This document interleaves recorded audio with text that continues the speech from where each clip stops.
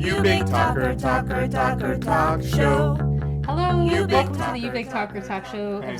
episode 2. We are still in Seattle. We went and saw a quartet at the Museum of Flight. They were playing Metallica and Schubert. The other day before we went, we took my mom and her husband. We played for them for the first time some Metallica songs. Your favorite band, right?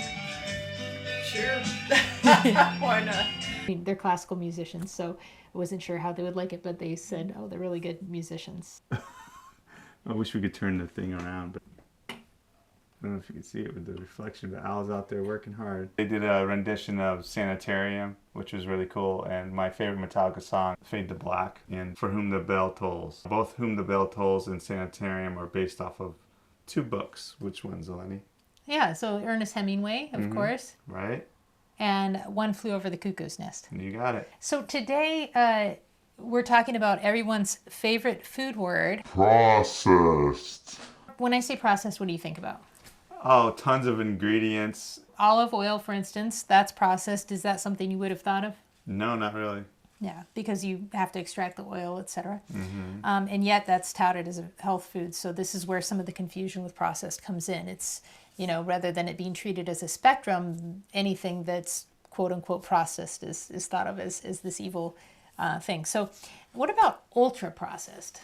Oh man, you got to be talking maybe like cotton candy or something, right? I love cotton candy. I feel like that's natural food. It's a lot of sugar, Yeah. just sugar and some color and a little fluff. The term itself actually is still problematic, so scientists are debating about it because some so-called ultra-processed foods are also nutrient-dense, and so it's not all bad. For instance, bread becomes ultra-processed when vitamins are added to it. The term processed it can often be used also as a negative against plant-based meat to imply that like animal-based meat is more natural, even though there's all these hormones and things like that. You enjoying Seattle? I'm enjoying Seattle. It's the sun's coming out again. I redid the front porch. The wood was kind of bleached out from the sun, so I had to re-sand it and stain the columns and the spigots and stuff. And now Mary Maps. Mary, where are you today in the world? The US of A. Hi, I'm Mary Maps. Thank you for your attention time. Today we have maps that are processed wrong. Error maps. Here's California Island. That's no error. This land is your land. This land is my land. From California Island. No. In the 16th century, a Spanish colonizer mixed up the Baja Peninsula and thought that California was an island. His mistake carried way into the 18th century, before I was born. Impossible. Please, this is my show. Yes, when I need that meaty taste, I cook up some impossible. Today's map is brought to you by pigs. These pigs were displaced from their horrific factory setting when Hurricane Florence rolled into North Carolina in 2018.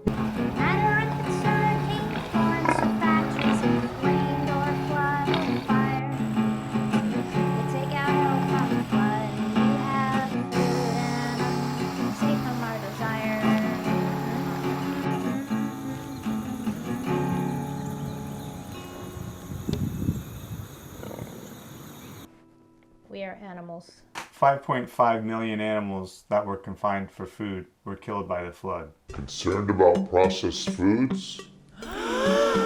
Here are 3 rules to live by so you don't die. Rule number 1. If your grandma didn't cook it, don't eat it. You do know that Spam was invented in 1937. 2. If there's more than 10 ingredients, you shouldn't eat it. Well, that rules out this chicken then. I suppose you want me to eat that plant-based, fakey, meaty, trashy trash. We should eat whole foods like apples and broccoli. Plant meat replaces animal meat, not broccoli. It's apples and oranges. It's like serving figs instead of filet mignon. Rule number 3.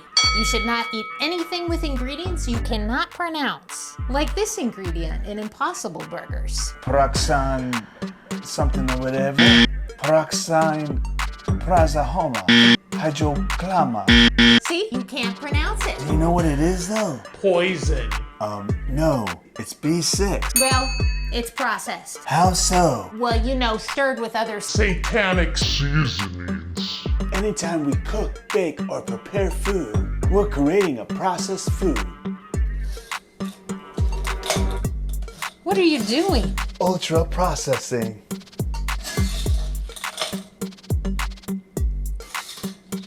Did you know when my dad had the restaurant Poseidon's Fish and Chips here in Seattle, I used to deep fry Ritz crackers? No, I had no idea. It's so good. What if meat had an ingredients list? Somebody named David Meyer put that together, and so we showed one in the skit, but here's a couple of others that show actually what is in meat. And as you can see, that's definitely over 10 ingredients. In contrast, here is Beyond Meat and their ingredient list.